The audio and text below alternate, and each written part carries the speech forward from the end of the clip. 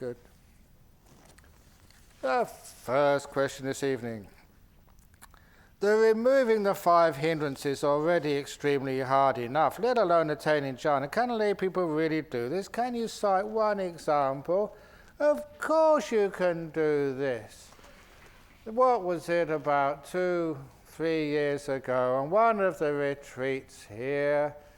This gentleman came and I was just here when people were registering, and this Australian man, this big guy, I think wearing sandals and shorts and covered in tattoos from almost head to toe. He really looked a rough character. And stereotyping him, judging him, making big mistake, I told him, I think you've got the wrong place. The prison is just down the road. At which point he said, no, I haven't come to the prison. I've come here. I'm registered. Really? I hadn't seen him before.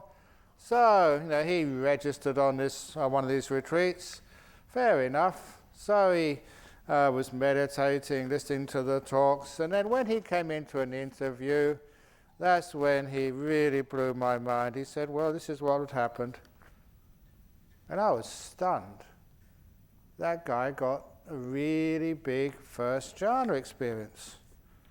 And he was the last person I'd expected in the whole retreat to get that experience. And I did judge him. I thought he was going to the prison and got lost. But he did that. And so it just told me that how hard it is to judge people and to actually know what they're capable of. And other people have been coming here year after year after year after year.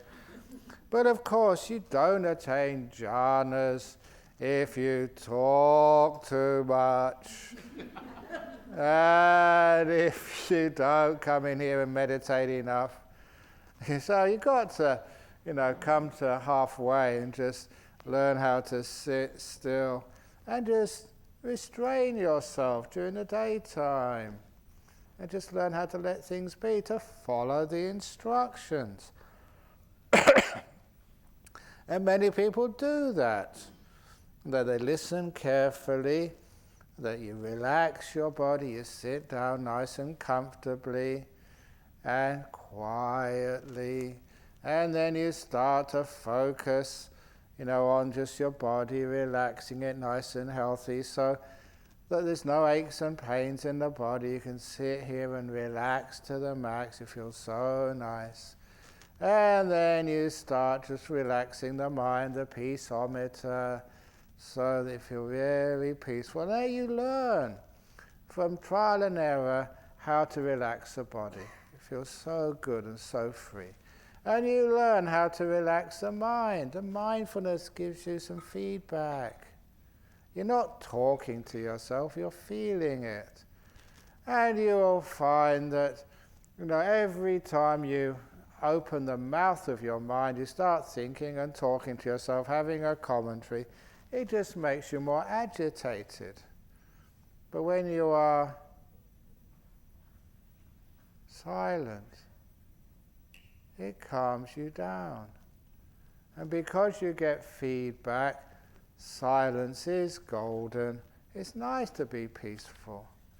Then what happens is you incline more and more to the silence of the mind because that calms you down. All the past and future, whenever you think of a thought of the past, it disturbs you. Any thought of the future, it just agitates you. You don't have to do that. My saying is, if you don't plan for the future, things go wrong. If you do plan for the future, they go wrong anyway. Either way it goes wrong. So I decide not to plan and enjoy it before it goes wrong. And anyway, you plan too much. So here you've got no need to plan anything. Life is out of control anyway, so don't try and control it, just get frustrated. So, you don't need to plan anything. And you find we just stay in this present moment. We don't want anything. This is good enough. Then you find your peaceometer goes really down. And then you just watch your breathing. What can be more interesting than that? Just breath coming in, breath going out. Nothing to do in the whole world. No worries. That's all you do. You don't do anything else, you're just kind. Just wait, be patient. And soon the breath becomes so beautiful, so gorgeous. It becomes an automatic process. You don't do anything, it just happens. You're letting go, you're always in this moment, nothing to do. The energies get stronger and stronger. Then you start to bliss out. And the bliss gets so strong. Because you're not doing anything, you don't need any oxygen, or not much oxygen, which means you don't need to breathe so much. Which means your breath gets so calm and so peaceful. And then it disappears. And because you've been listening, especially to those sutta classes, it's not yours anyway. You've got nothing to worry about. You're perfectly safe. You don't die. All the years I've taught meditation, not one person has died yet. Not one. So I've got a very strong, good track record. No one's had to go to hospital. So you're totally safe. So because of that, you just allow the process to happen. If you have got fear, always remember, no fear. Ajahn Brahm is here. You're perfectly safe. So just let go and enjoy the ride. And then it gets so beautiful. When you get into these nimittas, beautiful lights in the mind, like suns, blissful, having the time of your life. And then you wondered, why haven't you done this before? It's not that hard to let go. Doing stuff, that's hard. But doing nothing, what could be easier than that? Sitting there on the stupas, in the sunshine, having a cup of tea, just watching the trees grow, doing nothing. Why can't we do that? And relax. And then when you listen to the instructions, you understand the instructions, that these deep meditations are not what you do, it's not what you achieve, it's what happens when you stop trying to do stuff, when you give up achieving things, when your whole sense of self starts to disappear and you're just happy just to be a nobody doing nothing. And then all you get so peaceful, so still. And that's when the sort of the bright lights come up and you don't get afraid, don't get excited, you just merge into them and you're blissing out. Lay people do that. In the time of the Buddha they did it, now they did it.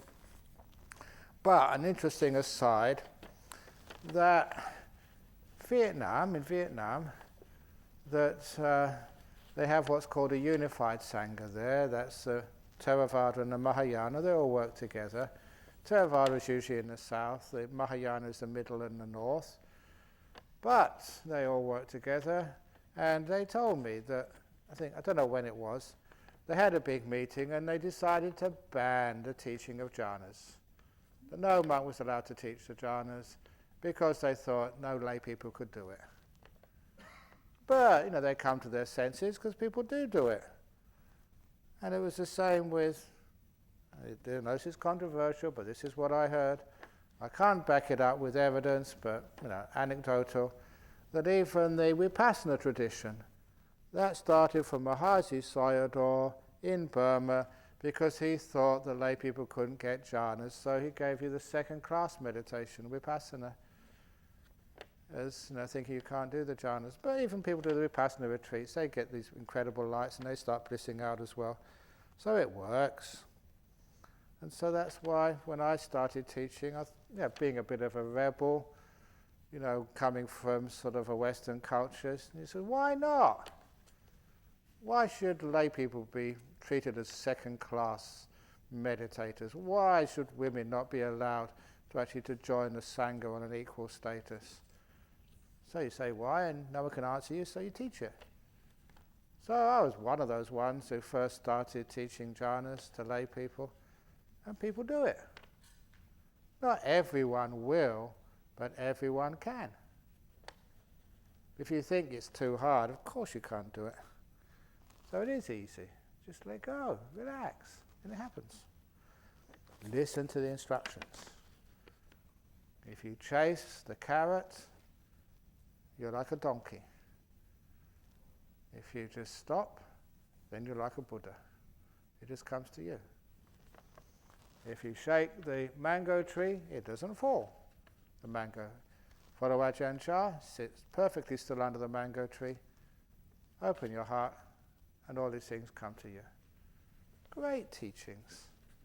So yeah, you can do it. And you will do it. It's only a matter of time. And the reason why you can now do it, because I put that suggestion into your head. Once it's into your head, it's called brainwashing. And eventually you'll do it. Just a matter of time. Other than attending conference and talking to people, how are you going to get yourself updated so you make your stories fresh? You search on web and assume you have no smartphone or computers, right? Sometimes by talking to you get some fresh ideas. Sometimes you talk with the monks.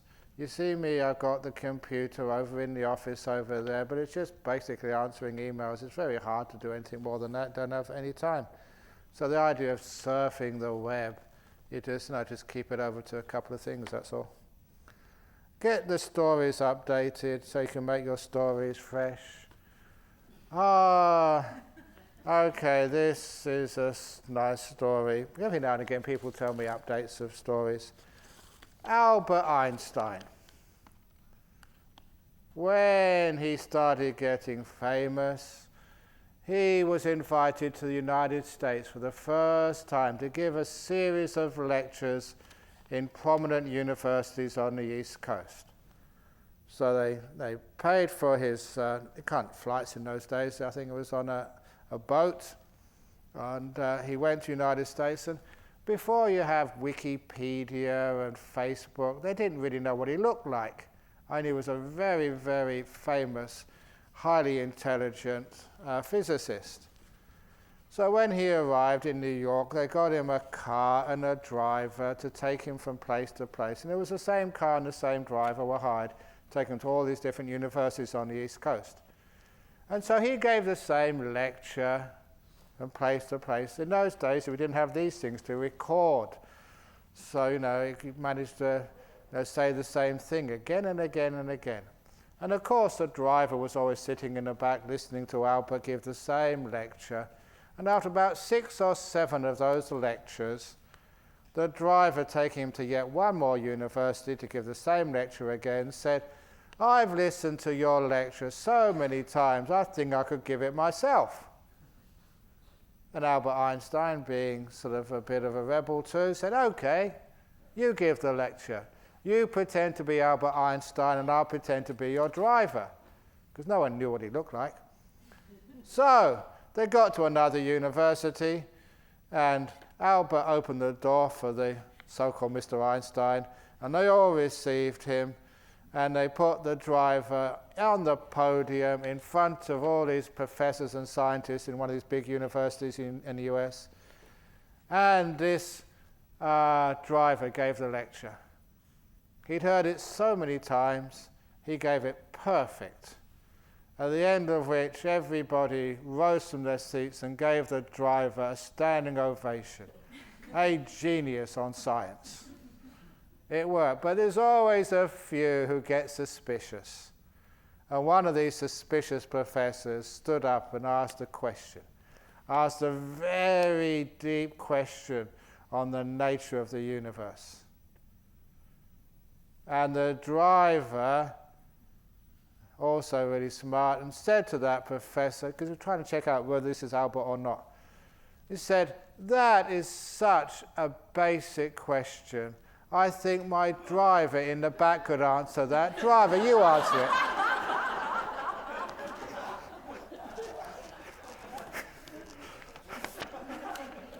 So that is how it works. You don't need to refresh the stories. Look at all those favourite music which, people keep on listening to again and again and again. You don't need to refresh that. So they're called golden oldies. And it's even the monks who have to listen to these stories so many times, they always get some more out of it. Now, these are very powerful stories, just like the Emperor's Three Questions story, the 2 bad bricks in the wall stories. The Ajahn Chah's, the mango orchard. You just sit perfectly still. And, the story about the donkey and the carrot. These are great stories. And you haven't really understood it until you can do it. So you can stop and let carrots come towards you. That's why you keep repeating the instructions. So when I meditate, after a while, I feel as if something is pressing against my nose, giving it a slightly uncomfortable feeling. Take your glasses off when you meditate. Is it your glasses? Oh, it's not pressing against my nose now. Give it a slightly uncomfortable feeling and making it difficult to relax. How should I overcome this? Anger-eating monster. Welcome, pressure. Thank you for coming here. Press harder, please. And then you find when you don't really worry about it, when you welcome things, they disappear, and it's not a problem anymore. So, you feel something is pressing against my nose, let it press. Just be mindful, be kind, and just let it be. That's why I really get into that Emperor's Three Questions form of meditation. Now is the most important time, the only time you have. So when people ask me, when is the best time to meditate? When you get home, when is the best time? No. When is the worst time? No. Later. That's right, later. So that's an easy answer. So now's the most important time. You've got a pressure on your nose. So what's the most important meditation object? The pressure on your nose. That's right there. So be mindful of it. Give it importance. Thank you, pressure. And how do you get rid of it? You don't get rid of it. You don't try and cure it. You care for it. That Emperor's Three Questions way of meditating is absolutely spot on. That's all you need to do. Really, I should have started this retreat just with that information and then shut up for the rest of the retreat. That's all you need. Unfortunately, people get very upset. They want more information, to have information overload. But that's the basic meditation method. Now's the most important time. Whatever's in front of you right now, the most important thing, and care for it. Then you get all the way to enlightenment. No worries at all. But sometimes it's too simple. Surely it must be more complicated than that. That's the other problem. Sometimes I explain things and you can understand them. Therefore it can't be profound. But you get some other monks, they come up here and, it's just so deep. They say some stuff about the 47 mind moments before the path moment arises, and then you have to, and it gets so complicated. You don't understand it, but wow, that was really profound. Because people have the idea that real Dharma is unintelligible. No, you keep it simple, and you can do it, and it works. So little by little, as I was saying this morning, the doubt thing, you find if you follow these instructions, now's the most important time. That little pressure on your nose, the most important thing in the world, you care for it, don't try and cure it. You find you become peaceful. There's no problem anymore. You relax and it just disappears by itself. That's how it works. Dear Ajahn, you always ask people to relax, do less and less. Then why you manage your schedule so busy? It's not me, it's your fault. You always give me extra stuff, you ambush me and ask me to sign a book and do this. What are you doing that for? Even one of those books, see the Happy Every Day, it's got my signature on the front already. But that was a printed signature, and I want it personal. So it's because of my compassion overrides my wisdom. I just let go, and people abuse me. Sorry. We took a picture. But that's what I'm here for. You let go. Sometimes people say, if I just compassionate like you, people take advantage of me. Exactly. That's the meaning of my life, to be taken advantage of. Take advantage. I invite you. You know, sometimes I hang out with Mahayana monks, and they say, in theory, Theravada monks, Hinayana, they're so selfish, in for their own enlightenment. And I say, hang on a minute. Sort of how many conferences, tours, retreats, people teaching have you taught today? How many books have you signed? How many photographs have you had? And then they admit, okay, Ajahn Brahma, you're more bodhisattva than we are. I'm a Theravada. I say, well, yeah, it doesn't matter, because all of those traditions, there's no difference. We all serve and help. And I'm in a position in my life now I can give, I can help, serve. I'm pretty effective, so why not? So, you can use me. You can take advantage of me. So, but every now and again, when I am tired, I just say, right, that's it, I'm disappearing. And I do. I get an inspiration during my conversation and deep meditation to invite my nephew, who is single and looking for a partner, spouse in life, to join JG retreat meditation. Is it a wrong view? Your nephew who is single looking for a partner, a spouse in life. Well, this is not a dating club. What are you talking about?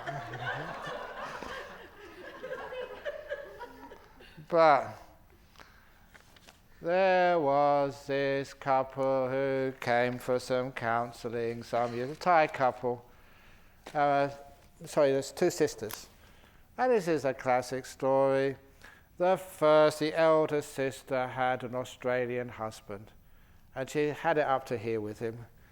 And she said, should I divorce? Should I get separated? I got a husband and just such a pain. And that's why, I developed these little stories, just like the what's it called? That's right, the pack of playing cards simile for marriage. Did I tell that the first night? Yes. Yeah, remember what it is? How does a marriage start? And then followed by? And then what happens? Clubs and spades. Shouldn't say things like that. But actually there was a club and a spade to dig the body in. Oops. If you want romance, don't come to a monk. Or the other one, because there was a couple today, they reminded me of, they still practice, I think I told them this when I gave them a marriage some years ago, about people always argue in a marriage, who's right and who's wrong. So they reminded me of the calendar method for harmony in a marriage. So the calendar method works like this. When you have a disagreement, instead of arguing who's right and who's wrong, that's a total waste of time. Even if the husband is a top lawyer, who argues and gets people off murder cases, when they actually did do the crime, because he's such a good arguer. Even a husband can never convince his wife she's wrong. Impossible. Even a wife who is a politician, a president of a country, she can't convince her husband that he's got a mistake. It's impossible. You tried that and it doesn't work. You can talk and talk and talk. You can never convince your partner that they're wrong. So how can you actually have some harmony when you can't decide who's right and who's wrong? Use the calendar method. So you look for the date. Today apparently is the 28th, is it? 28th, okay. If it's an even day of the month, 2nd, 4th, 6th, or 28th, even days of the month, the husband is always right. So you don't have to argue. You have a difference of opinion. Look, it's the 28th today. Okay, you're right, darling. It just settles, no arguments. And if it's an even day of the month, like tomorrow, you're right. The girls are right tomorrow. So that means it's fair. Summer, no sort of advantage. But actually, if you work it out, you will find there is more odd days in the year than are even ones. So actually, the woman is right and a tiny bit more than the man. And guys, just give it to them for sake of peace and harmony. It's worth it so you don't get heart attacks and stress. So it's a wonderful way of settling arguments. Candor method. Odd days, she's right. Even days, he's right. Problem solved. Makes a lot of sense to me. Anyway, people just stupid. They just want to be right every day of the week. So, back to the two Thai girls. She had a husband she was just wanted to get rid of. And then I talked to her younger sister. And she was one of these girls, that's why I told the story, but your nephew really is looking for someone to live with in life. This young girl, she was looking for a partner, a guy to share her life with. And they'd go out, they'd like each other, but after a month it would all fall apart. And they'd start again, have some hopes, a really nice guy, and then something would happen.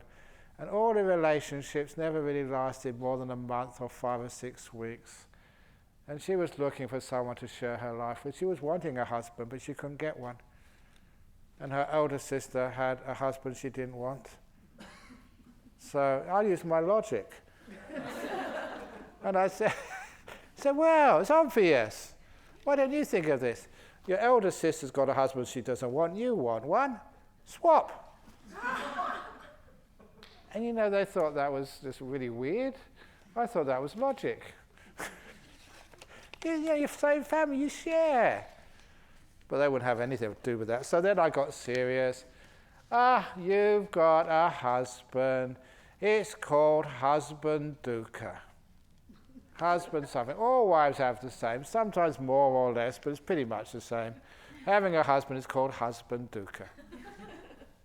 And if you get rid of your husband and become single, you have what we call single woman dukkha. So you don't really get rid of suffering, you just get a different flavour of suffering. And so look, guys, don't think of just leaving your wife. That doesn't solve the problem. It's just a different flavour of suffering. So then people think, okay, having a husband is suffering, being single is suffering. I'll become a nun. You go to Dhammasara and talk to nuns. Now they have none suffering.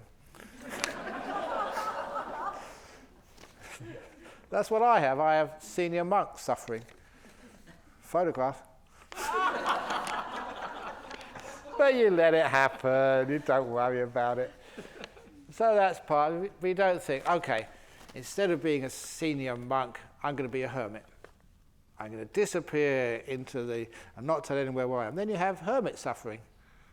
You don't get away from suffering by changing your situation.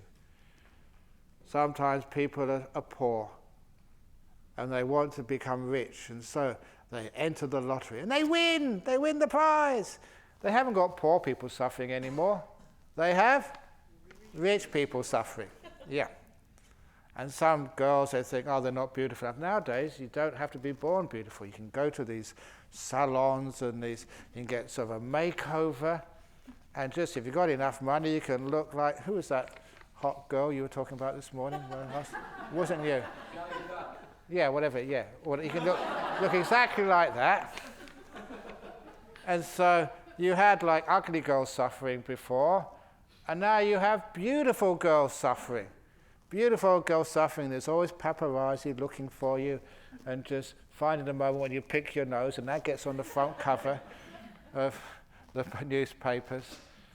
So you don't get away from suffering. You get rich, you have rich people suffering. Poor, you have poor people suffering. Monk, you have monk suffering. Junior monk suffering. Senior monk suffering. Oh. So instead, what we do is change our attitude.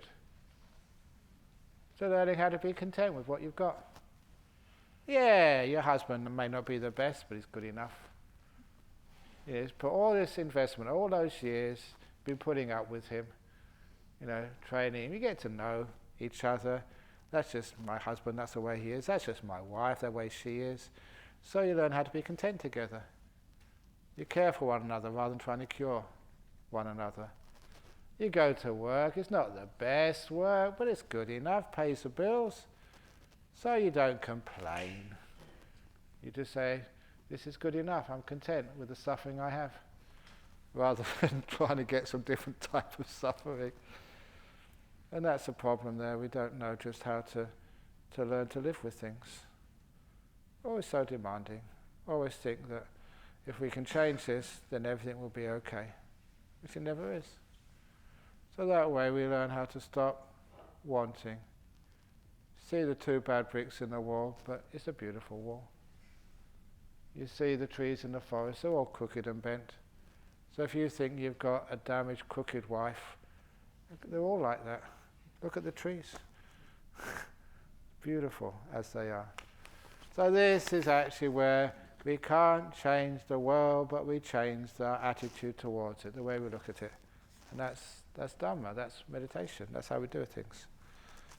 So if your nephew who's single and looking for a partner, if you bring him here and it successfully finds a partner, oh, he'll really blame you afterwards. I was so, what was it? We were so happy.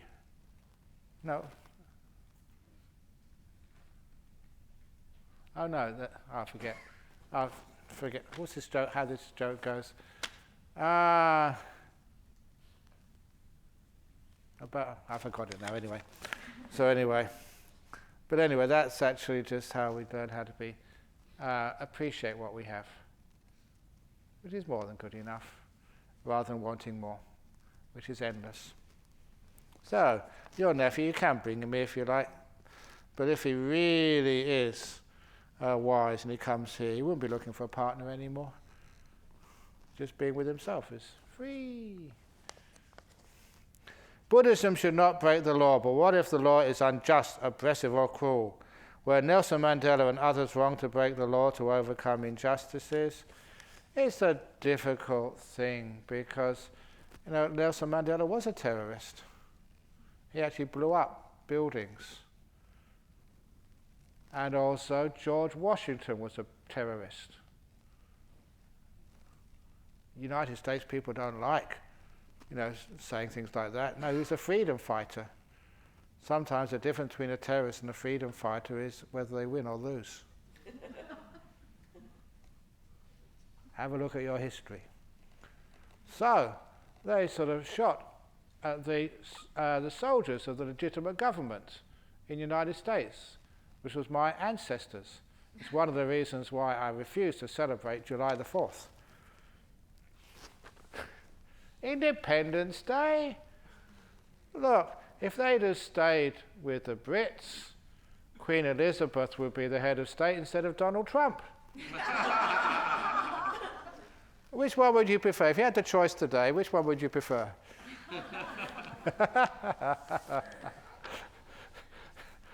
So it's only you change one thing and you just get a different level of suffering.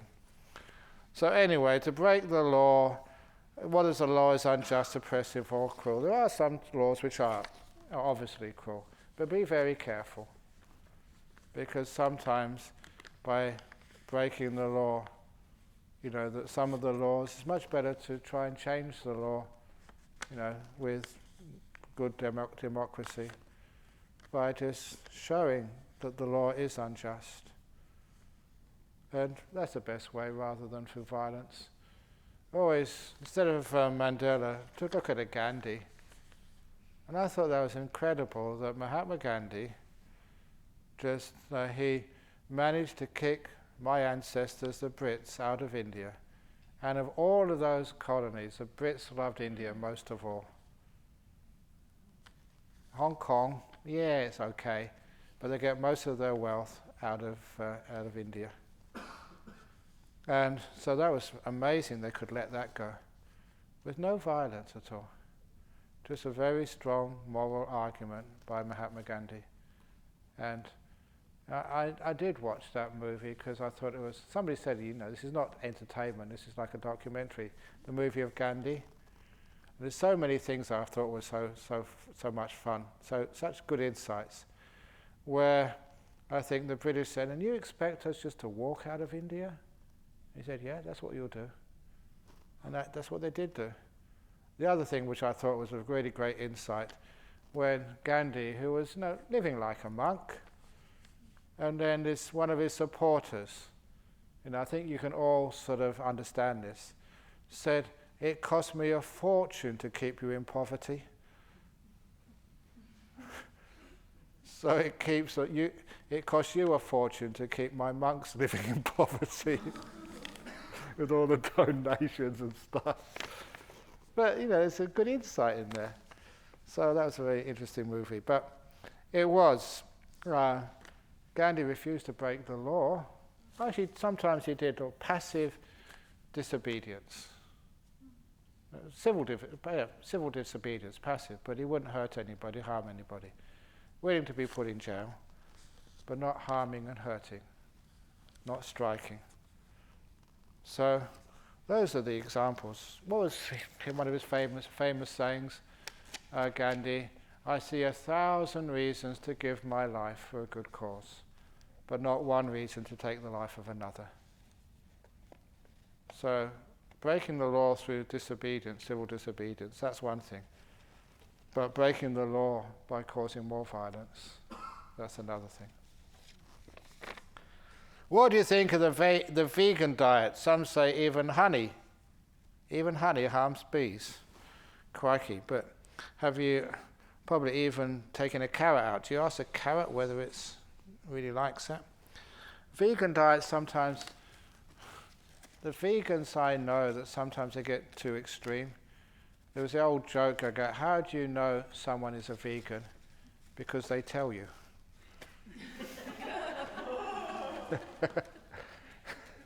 In other words, they try and convert everyone else to doing that. I remember poor old Ajahn Sujato, some of you know him. He was walking down Sydney one day, and this guy came up to him and said, you're a Buddhist monk? He said, yeah. He said, do you eat meat? He said, no, I'm a vegetarian. You mean you're not a vegan? Shame on you. And poor old Ajahn Sujato, trying his very best. So what about the vegan diet? That even honey harms bees, but even growing fruit, because even rice especially. I saw in the paddy fields of northeast Thailand, every time you plough the field, all the birds come and follow the plough, because that actually digs out all the beetles and the worms out of the ground, and that's just the feast for the birds. Even growing rice, will also cost many, many animals. The same with vegetables as well, and taking them to market, and all of those bugs on the windscreens of the trucks. So sometimes that to have a world where we cannot harm is impossible. Our job is to reduce the harm as best as possible. And sometimes one of the monks over in Bodhinyana said, we should all reduce our footprint. So I said, okay, I'm going to ride in cars rather than walk on the ground. So I leave no footprint when I don't walk. Sometimes I like poking fun, and they've poked fun at me. Have you ever heard the saying, you are what you eat? So you eat vegetables, what do you become? It's only a joke, okay, don't take it too seriously. Please could you explain again how to open the door of your heart? Please give an example. Also, please explain how to do metta meditation. Do metta meditation towards the end of the retreat, but how to open the door of your heart is we close the door of our heart to some people or some situations. And it means you keep people out. That, when I stood my ground and just helped the full ordination of women into Theravada, and the monastery where I grew up expelled me. And then somebody sent me this beautiful poem, and I always remember this, and it's only just a 4-line poem, They drew a circle which shut me out.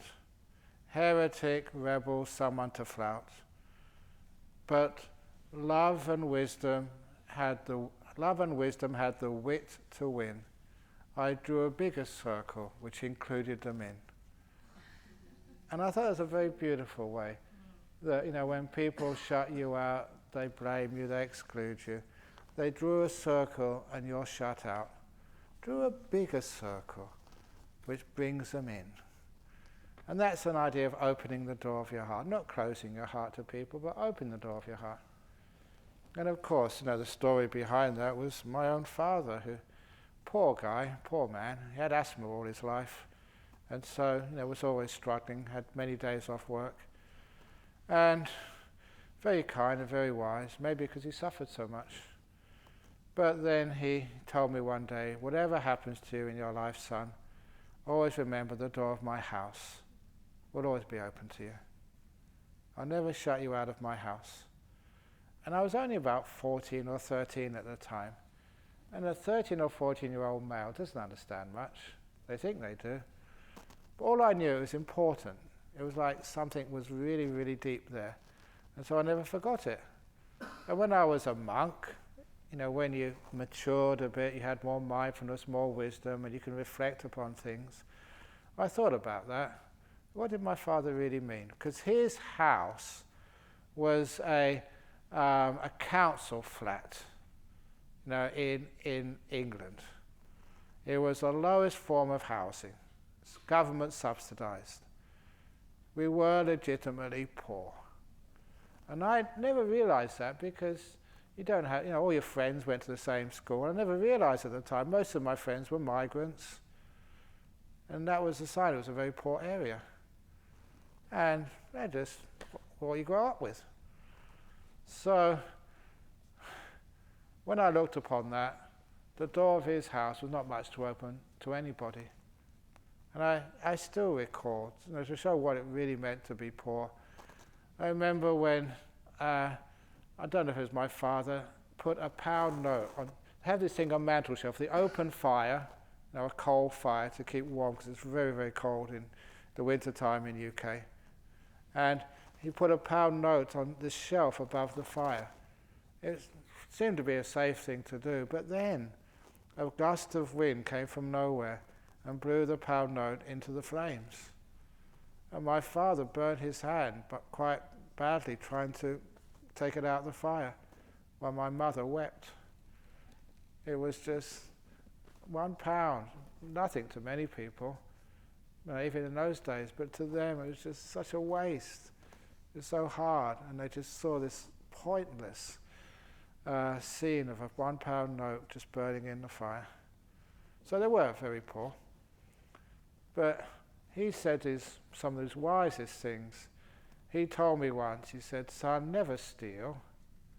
If you want something that badly, you're going to risk getting into trouble by stealing it. If you want it that badly, just come and ask me, and I will get it for you.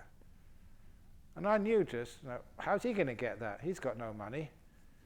But what I heard of that was the sacrifice he was willing to do to prevent me from stealing.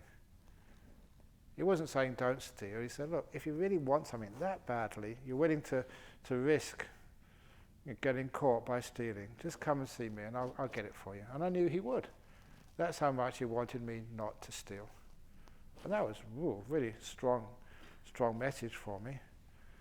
But the thing about the opening the door of your heart was, I realized later on, he wasn't opening the door of the heart to his house.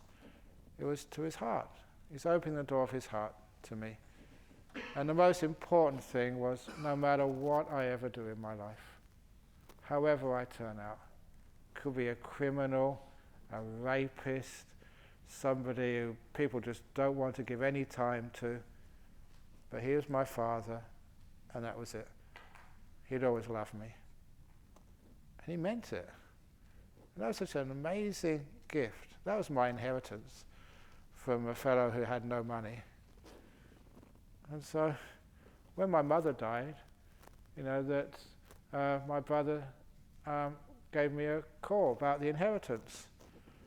He said, well, sort of, how are you going to split the money, the life savings of my father, which went to my mother and then my mother, and said, how much is it? And he said, it's only £5,000. I said, oh, just 50-50. And that was all the lawyer fees we ever did, nothing. Because after all those years of living, that's all she ever had in the bank at the end of her life. It's really great when you're poor, because you can't fight over the inheritance.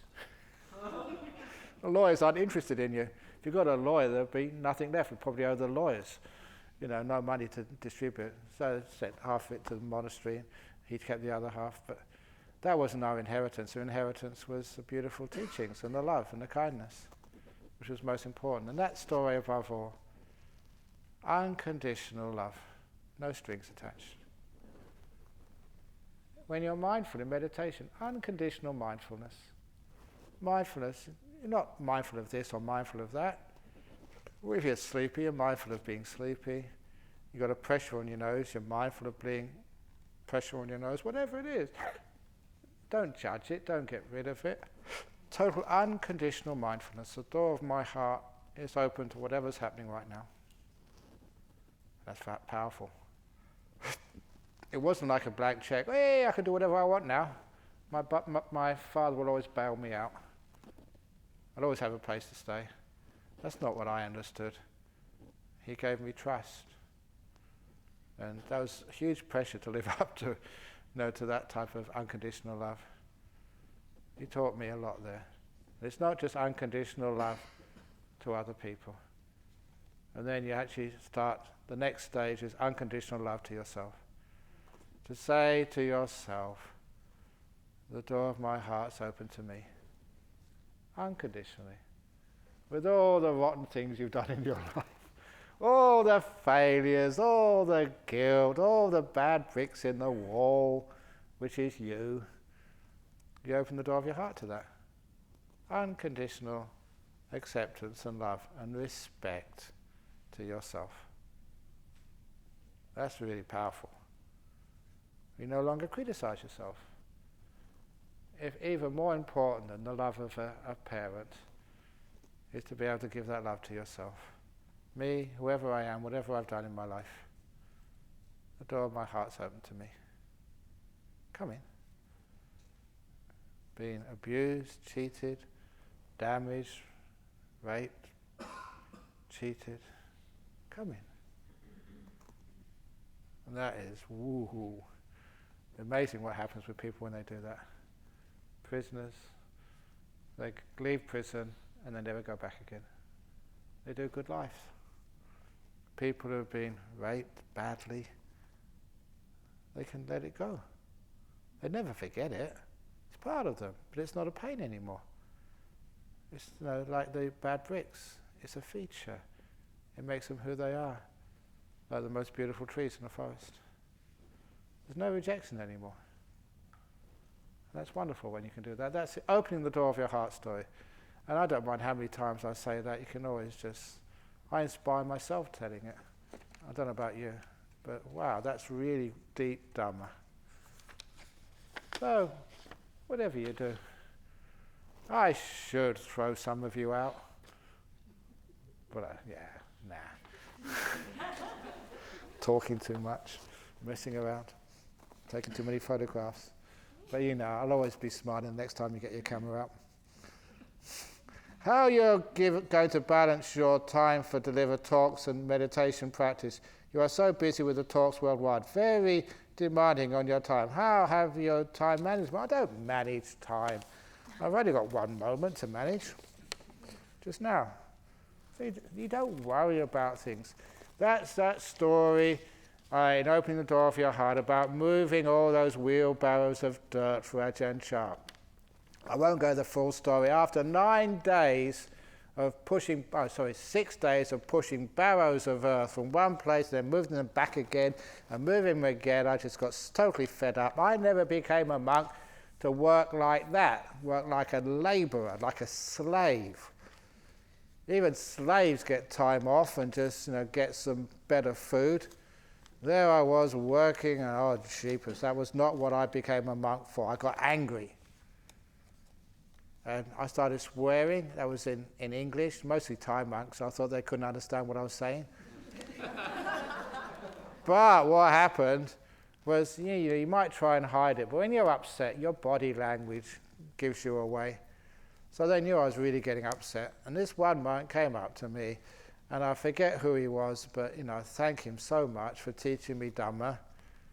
He said, pushing the wheelbarrow is the easy part. Thinking about it is the hard part.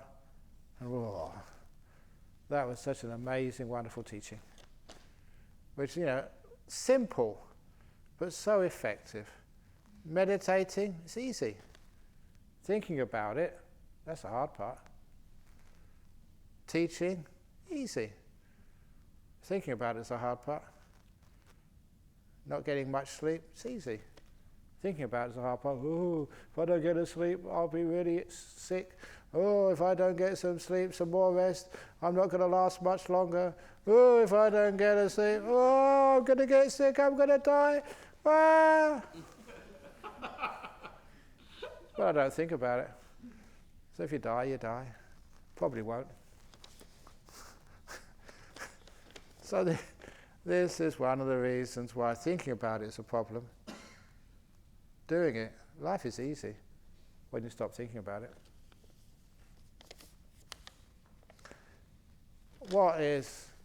You could ask Amandus this, he was here the other day, and many of you know Amandus.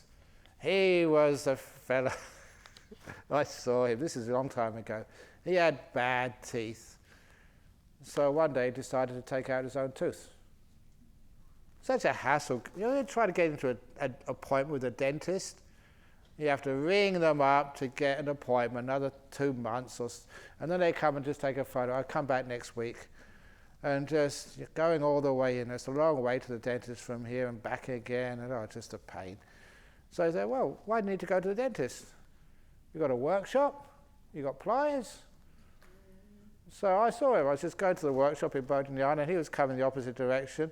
He had a bloody tooth in the jaws of the pliers. So what the heck have you done?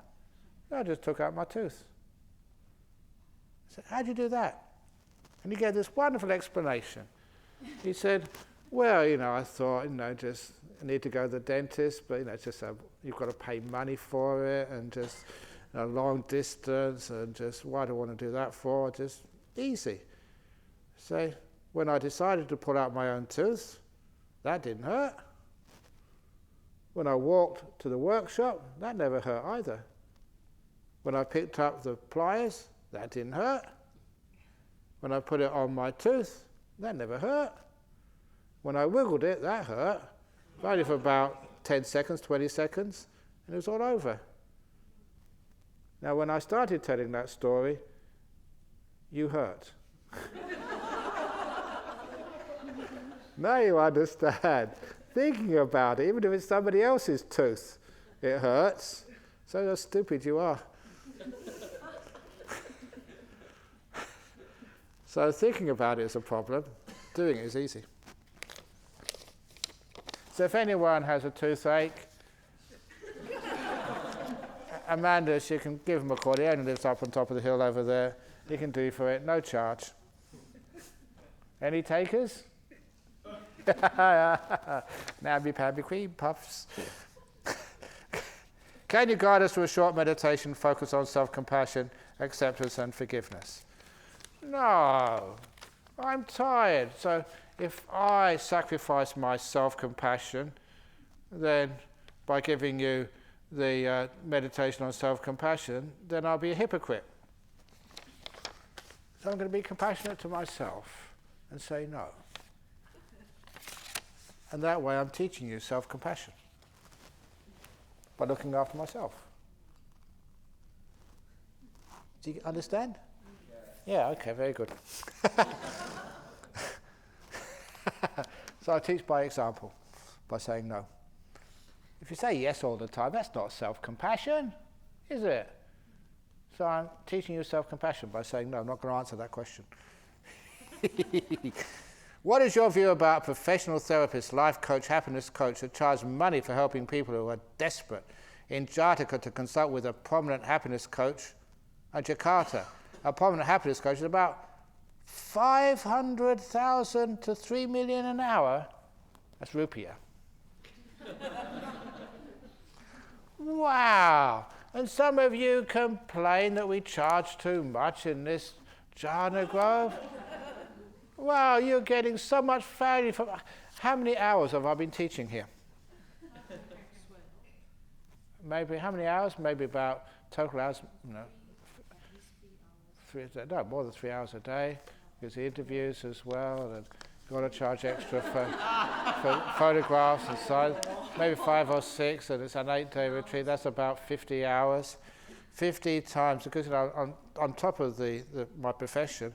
So 3 million an hour times 50, that's 150 million times. There's about 50 of you in here, so I'll be rich. Oh. But no, we don't. I went to give a seminar once in London. It was a human resources conference. And they talent spotted me in Singapore. And they invited me, give nice tickets all the way Perth to London, a nice hotel, to give the keynote address at one of these human resources conferences.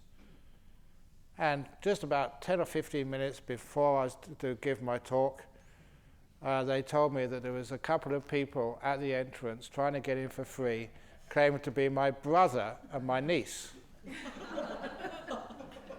And they'd want to check out whether they're fake. So I went there, and there's my brother, trying to get in for free with my niece. And you're a banker. You got enough money. And he said, do you know how much they're charging just to come and see my little brother for 45 minutes? £300 sterling each. Wow. That, and now I found out my market rate. £300. That's how much they were charging to come and just to see me. And so I said, come on, I come all the way from Australia, it's my brother, and come on. And so I sweet talked them into letting them in for free. And afterwards said, don't embarrass me again next time. That was good. And that's what I found out, is £300 each, £600 for the two of them. That's really expensive, but that, if you want quality.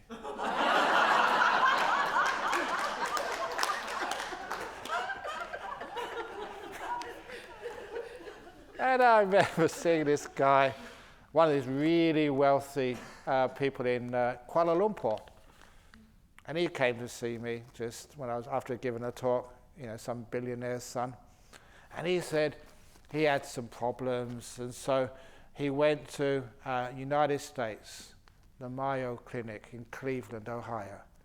That is where the film stars go to. That's where Brad Pitt goes to when he's getting divorced from Angelina Jolie. Anyone who has sort of big problems, addiction problems, that's where they all go. The Mayo Clinics, that's where he went. And he said, I'm so stupid. Because when I went there and paid a fortune to go there, and he said, everything I heard, you teach here for free. And even better quality. And he said, next time I'll get it from the source. So I don't need to go to my clinic. And they're all Buddhist over there, in the Mayo Clinic. And he said, so why do I need to go that place for? I'm pay for the nose. I can go and get it from Ajahn Brahm and just give him a cup of tea, and that's it. So it is actually true that, but the problem is that this happened here. I received a phone call from an American lady, Caucasian American lady, and she said, I hear you teach meditation. I said, yes, I teach meditation, quite well known. He said, how much do you charge? I said, nothing. And she said, well, you can't be any good then, and hung up. Just because you don't charge doesn't mean you're no good. They thought, if you're really worth something, the more you actually pay, the better you are. That's materialist society. So I had to find a way. How can I just tell people that, it's really high quality teachings without putting a high price on it. So now when people call and they say, how much do you charge? I don't say nothing anymore. I don't give a figure. I say the teachings at Jhana Grove are priceless.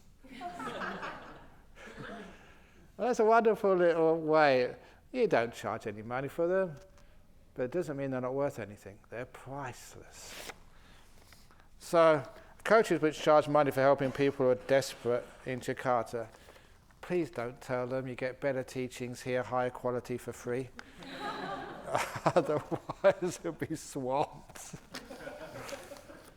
But it's true, it doesn't make any sense to me. It doesn't feel right. You charge money for beautiful teachings. It almost demeans them. It diminishes them. This is a gift of love and kindness, compassion. You can't put a price on that. So people ask, what do I get out of this? Teaching my butt off all the time. What do I get out of having my photograph taken and signing books? You know what I get? Happiness. Joy in seeing a person's face light up. And I always remember this time in Yogyakarta. Never forget this time.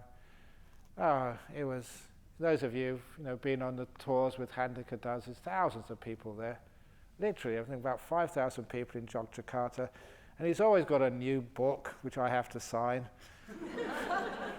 And so there's this long line, after giving a talk about 2 hours, me signing people's books.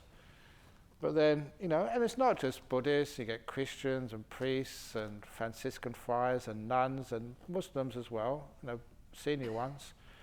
And this young Muslim girl came up in a hijab. And maybe she must have been about 25, 26, a young girl. She had a little book, a Chaching book, the word book. She wanted it signed by me. And she gave it to me, and I opened it up. And she lost it. You know the word lost it? And she said, oh shit, he's signing my book. Oh shit, oh shit. And that was so cute.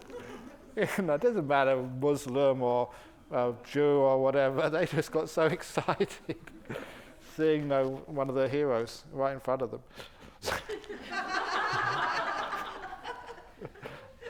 So that gave me so much happiness. That's what I do it for. Not for money, but for happiness. And that has no price on it. Out of curiosity, as someone who identifies as part of the LGBT community, is someone who identifies as asexual, i.e. not sexually attracted to anyone, closer to letting go of their attachment than others? Conversely, the opposite applied. Does someone who identifies as bisexual or pansexual, sexually attracted to men and women and those attracted to all genders, have more attachment than those who are only attracted to a single gender? It's not who you are, but how you make use of what you've got. So if you're a gay, transgender, multigender, you're celibate, you have a wife, you have many wives or many husbands, I don't know. It's just the way you use that. So you don't use it to exploit other people, and you don't use it for your own self-satisfaction. The most important part of a relationship, doesn't matter who it's with, is the idea that when you're in a relationship, you never think of yourself, nor do you ever think of your partner. You only think of us. It's a relationship. So there is a lot of letting go in a relationship. Your letting go is letting go of what I want, but also letting go of what he wants or she wants and going to a higher level. It's about us. You're a family. And of course, those people who've been in a family know just how much sacrifice you have to do. You can't do what you want anymore. It's for a higher cause, for the family. And that's the same as me. I can't do what I want as a monk. For the next few days, we're a family. It's all about us. What's the best for us on this retreat? It's not about me anymore. It's all about us. So that's a nice way of looking at relationship. It's not just like a low thing. It's a lot of sacrifice. That's one of the reasons why it took me a long time to understand why do people want a monk to bless their marriages. I'm celibate. I haven't got a wife. What do I know about marriage? Why do they invite me to? Why do people keep coming to me for marriage counselling? What do I know? But there's something when you know the human heart, and obviously living in a monastery, there's lots of relationships with the committee, relationships with the builders who come here and the caretakers. Life is a lot about a relationship, and the most fundamental relationship is a relationship with yourself.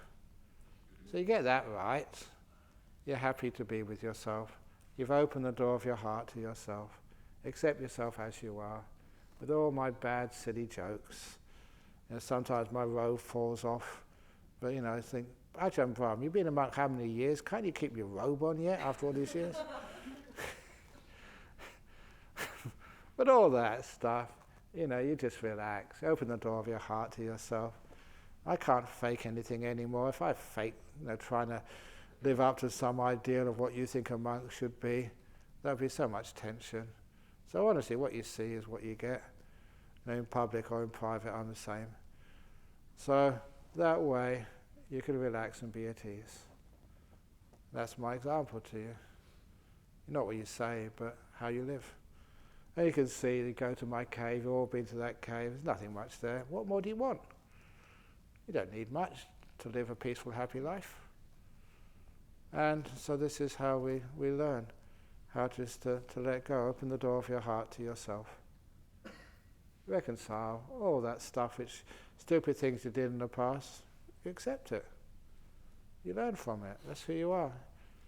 There's no such thing as a perfect tree in the forest. And if there wasn't the 2 bad bricks in the wall, it wouldn't look good. So that's why we learn wisdom and kindness. They all go together. And after a while, we learn how to be peaceful with ourselves, kind to ourselves, then you can be kind to other people. And as you're kind to other people, you can be kind to everybody. And that's a beautiful gift. I learned that from that monk, Ajahn Tate, I mentioned him earlier on. When I went to see him, I had all these questions I wanted to ask him. He was a great monk. And as soon as I went into the room where he was sitting, all those questions totally vanished.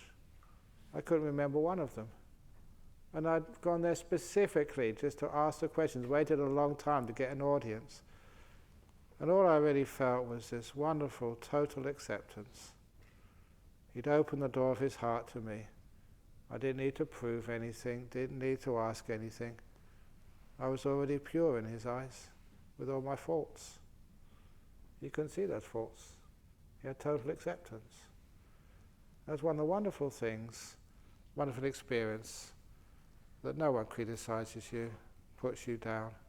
You feel this total love, acceptance. And that's such a wonderful gift. And you can't write that down in words. You can't explain that in the sutta study class. That's an experience. You're perfect already. Why do you want to strive to get even more perfect? You just make things worse. So you open the door of your heart to yourself as you are. What with all my defilements and greed and hatred and delusion? Yeah, just open it up to yourself. And all those greed, hatred and delusion, they evaporate. They can't stand such powerful, freeing love. Peace, kindness. That's how to get enlightened. Struggle and strive, you get a pain in the arse to other people. I'm really trying. Shut up. Look, I'm trying to get enlightened. Be quiet. So, understand that, and you understand just being gay is how you're gay.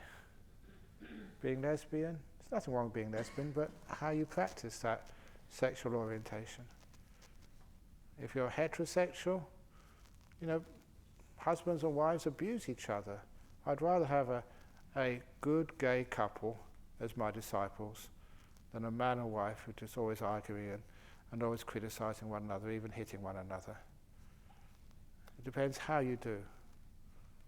What you have is more important. So, that's it for tonight, folks. 9:15.